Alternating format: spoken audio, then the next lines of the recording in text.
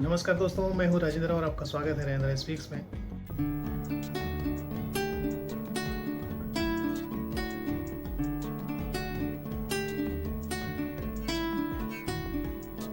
दोस्तों, आज के वीडियो में मैं आपके लिए लाया हूं कहानी एक ऐसी महिला की जिसके बारे में बहुत बहुत लोग बिल्कुल नहीं जानते हैं। उन्हें पता ही नहीं कि ये महिला कौन है, जबकि इन महिला का हमारे भारतीय इतिहास में स्वतंत्रता संग्राम में एक बहुत गहरा संबंध है। उस इंसान के साथ इस महिला का संबंध है जिस इंसान ने भारत के जनमानस के दिलों में अपनी छाप छोड़ी, और आप समझ जाएंगे जब मैं आगे बताऊंगा कि वो कौन है। इस महिला का नाम है श्रीमती एमिली शेंकल बॉस। जी हाँ दोस्तों, आप बिल्कुल सही समझे। ये है श्रीमती एमिली शेंकल बॉस, धर्मपत्नी नेताजी सुभाष चंद्र बोस की। आज की वीडियो में इनके बारे में कुछ जानकारी मैं आपको दूंगा, तो चलिए शुरू करते हैं एमिली शेंकल बॉस की जीवनी। दोस्तों, इनका जन्म हुआ 26 दिसंबर 1910 को यूरोप के एक छोटे से देश ऑस्ट्रिया में। एक साधारण परिवार में इनका जन्म हुआ और उसके बाद ये धीरे धीरे बड़ी हुई। दोस्तों, जब ये बड़ी हुई तो ये एक स्टेनोग्राफर थी, इंग्लिश बहुत अच्छी थी इनकी। और उस समय नेताजी सुभाष चंद्र बोस यूरोप की यात्रा पर थे और वो अंग्रेजों से लड़ने के लिए, भारतीय सेना का गठन करने के लिए काम कर रहे थे लगातार अपने देश की आज़ादी के लिए। तो उसी समय वो अपनी किताब लिख रहे थे, स्ट्रगल ऑफ इंडिया, और उसके लिए उन्हें एक ट्रांसलेटर और एक स्टेनोग्राफर की ज़रूरत थी। तो उसी समय एमिली उनके पास, किसी ने उनको मिलवाया कि ये एक अच्छी स्टेनोग्राफर हैं। तो सुभाष चंद्र बोस जी ने, नेताजी ने उनको हायर कर लिया और वो उनके साथ काम करने लगी। धीरे धीरे बातें होने लगी और धीरे धीरे उन दोनों में प्यार हो गया। दोस्तों 1937 को दोनों ने शादी कर ली और एमिली शेंकल बॉस बन गई। दोस्तों, 1942 में एमिली शेंकल ने बेटी को जन्म दिया और उसके एक साल के बाद 1943 में नेताजी सुभाष चंद्र बोस उन्हें ये कहकर चले गए कि मैं देश को पहले आज़ाद कर लूं, उसके बाद हम साथ साथ रहेंगे। और दोस्तों, उनका किया हुआ ये वादा कभी पूरा नहीं हो सका क्योंकि नेताजी फिर कभी वापस ही नहीं आए। दोस्तों, एमिली शेंकल बॉस भारत की बहू, नेताजी सुभाष चंद्र बोस की धर्मपत्नी, और उनका कभी भारत में स्वागत ही नहीं हुआ। दोस्तों, उन्होंने एक ऐसे देश को अपना ससुराल चुना था, ऐसे देश के एक महान बेटे को अपना पति चुना था जिसके देश में उनका कभी स्वागत नहीं हुआ, उनके लिए कभी मंगल गीत नहीं गाए गए, उनकी बेटी के जन्म पर कभी सोवर नहीं हुआ। यहाँ तक कि गुमनामी की इतनी मोटी चादर उन पर डाल दी गई कि जनमानस में उनकी कोई चर्चा ही नहीं होती है। कोई जानता ही नहीं है हमारे देश में कि नेताजी सुभाष चंद्र बोस की पत्नी कौन थी और वो कहाँ से थी। आज भी अगर आप 100 लोगों से पूछेंगे तो उसमें से शायद ही कोई एक आदमी बता सके कि नेताजी सुभाष चंद्र बोस की पत्नी का नाम क्या था, वो कहाँ से थी और वो कौन थी।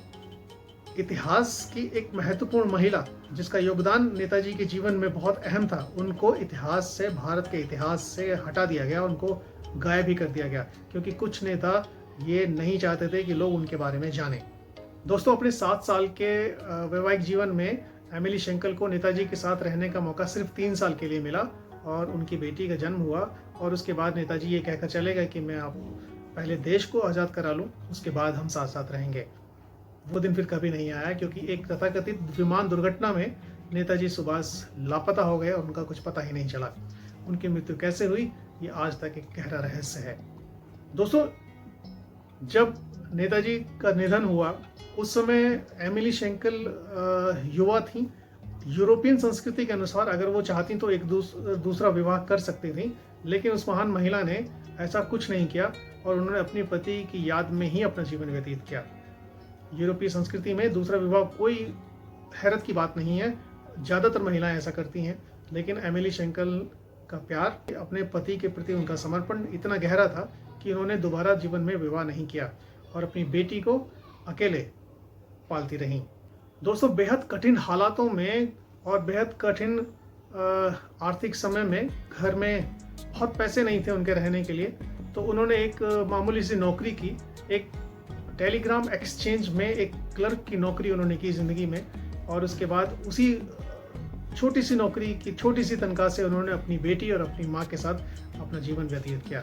उनकी बेटी अनीता बोस, जिन्हें हम जानते हैं अनीता बोस के नाम से, उनको उन्होंने इसी तरह पाला पोसा। नेताजी सुभाष चंद्र बोस की बेटी और उनकी पत्नी दोनों बहुत ही गरीबी के हालात में रहे देश की आज़ादी के बाद। देश के महान नेताओं ने ये जानने की ज़रूरत नहीं की, ये जानने की अहमियत महसूस नहीं की कि नेताजी का परिवार कहाँ है और वो कैसा है, किस हालत में जीवन जी रहा है। दोस्तों, जब भारत देश आज़ाद हो गया तब एमिली शेंकल का बड़ा मन था कि मैं भी एक बार भारत भूमि जाऊं, उस मिट्टी को अपने हाथ से छूकर नेताजी को महसूस करूं, जिसके लिए मेरे पति ने अपना सब कुछ न्यौछावर कर दिया, जिसके लिए वो मुझे छोड़ के चले गए, अपनी छोटी बच्ची को छोड़ के चले गए। तो वो आना चाहती थी इस देश की मिट्टी को छूकर, उनको नेताजी को महसूस करना चाहती थी, लेकिन ऐसा हो नहीं सका क्योंकि उनका स्वागत भारत में नहीं हुआ और वो कभी भारत नहीं आ सकी क्योंकि कुछ नेता नहीं चाहते थे कि वो भारत आए। दोस्तों, ये नेता कौन थे ये मैं नहीं बताऊंगा, ये आप खुद समझिए। कुछ नेता जानते थे कि नेताजी सुभाष चंद्र बोस को जितना प्यार इस देश की जनता करती है, अगर उनकी पत्नी यहाँ आ गई तो वो भी एक लोकप्रिय नेता बन जाएंगी और उससे कुछ लोगों के सपनों पर पानी फिर सकता है। तो इसीलिए भारत में एमिली शेंकल बोस का स्वागत नहीं हुआ, वो भारत नहीं आई। होना तो ये चाहिए था कि उनको भारत की नागरिकता मिलनी चाहिए थी और उनको सम्मान के साथ भारत लाकर उनको यहाँ पर देश के सामने रखना चाहिए था, देश सेवा का और मौका देना चाहिए था, लेकिन ऐसा बिल्कुल नहीं हुआ। जो सम्मान उस महिला को मिलना चाहिए था वो नहीं मिला।